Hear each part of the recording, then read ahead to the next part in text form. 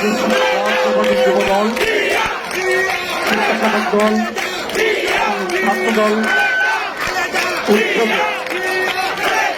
ভারতীয় হাইকমিশন অভিমুখে পদযাত্রা এবং ভারতমুখী প্রধান অনুষ্ঠানের প্রাককালে সংক্ষিপ্ত সমাবেশে উপস্থিত রয়েছেন আজকের প্রধান অতিথি বিএনপির সিনিয়র যুগ্ম মহাসচিব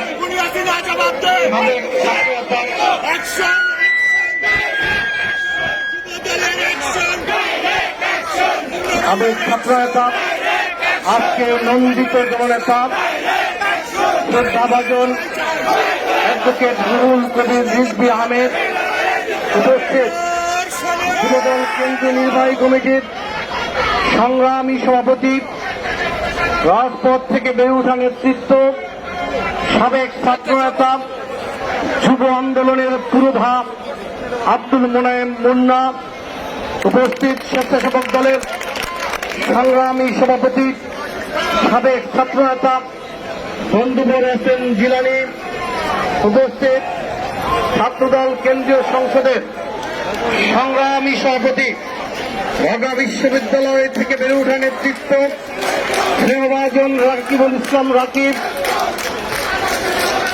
সাধারণ সম্পাদক, ঢাকা বিশ্ববিদ্যালয় থেকে বেড়ে ওঠা আরেক নেতৃত্ব স্নেহভাজন নাসিরউদ্দিন নাসির, স্বেচ্ছাসেবক দলের সংগ্রামী সাধারণ সম্পাদক, সাবেক ছাত্রনেতা রাজীব আহসান, যুবদল কেন্দ্রীয় নির্বাহী কমিটির সংগ্রামী সিনিয়র সহসভাপতি রেজাউল কবির পল, সিনিয়র যুগ্ম সাধারণ সম্পাদক বেলাল হোসেন তারেক, সাংগঠনিক সম্পাদক কামরুজ্জামান জুয়েল, ঢাকা মহানগর উত্তর যুবদলের সংগ্রামী আহ্বায়ক শরীফুদ্দিন জুয়েল, সংগ্রামী সদস্য সচিব সাজ্জাদুল মিরাজ, দক্ষিণ যুবদলের সংগ্রামী আহ্বায়ক খন্দকার এনামুল হক এনাম, সদস্য সচিব রবিউল ইসলাম নয়ন সহ যুবদলের সকল পর্যায়ের নেতৃবৃন্দ, স্বেচ্ছাসেবক দল এবং ছাত্রদলের নেতৃবৃন্দ, সবাইকে বাংলাদেশ জাতীয়তাবাদী যুবদল কেন্দ্রীয় নির্বাহী কমিটির পক্ষ থেকে জানাচ্ছি সংগ্রামী শুভেচ্ছা এবং বিপ্লবী অভিনন্দন।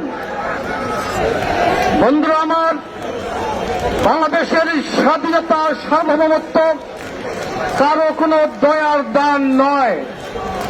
1971 সালে 25শে মার্চ শহীদ রাষ্ট্রপতি জিয়াউর রহমান শুধু ওই রিভল্ট বলেই ক্ষান্ত হননি, হাতে রিকয়েললেস রাইফেল তুলে নিয়েছিলেন, রণাঙ্গনে ঝাঁপিয়ে পড়েছিলেন, শৌর্য বীর্য আর সাহসের পরীক্ষায় উত্তীর্ণ হয়ে স্বাধীনতার লাল সূর্যটাকে আমাদের হাতের মুঠোয় ধারণ করা লাল সবুজ পতাকার ঠিক মাঝখানটা এনে দিয়েছিলেন।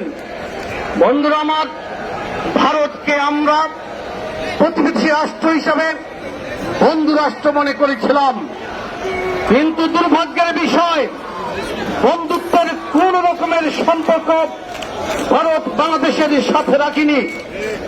আগরতলায় সাম্প্রতিককালে বাংলাদেশের সহকারী হাইকমিশনে যে ন্যাক্কারজনক হামলা চালিয়েছে তা 1961 সালে ভিয়েনা কনভেনশনের পুরোপুরি লঙ্ঘন বলে আমরা মনে করি।